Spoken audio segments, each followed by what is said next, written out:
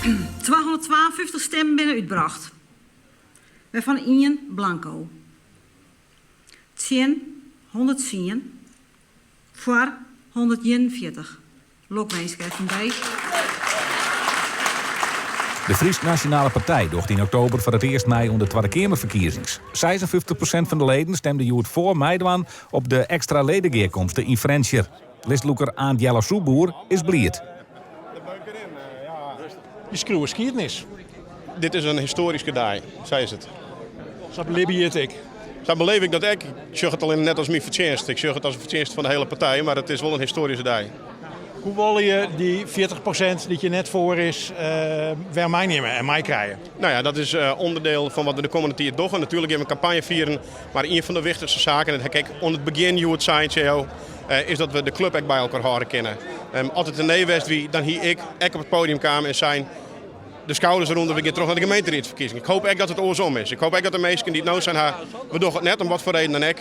Toch zei ze kind, de partij had die meerderheid besloten, we doen het al, bij stiep dat nou.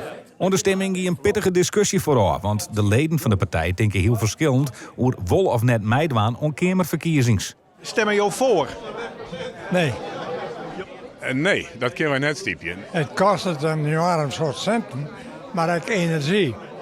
En als het nou blijkt dat het net slecht, dan denk ik, nou die FNP hoeven we net bang voor te wezen. En nu zeggen is het proces net goed geweest. Wij hebben volle jaar, daar ze de leden eigenlijk je mooi inlichtje maken en vrije maken verwollen de leden dit wel.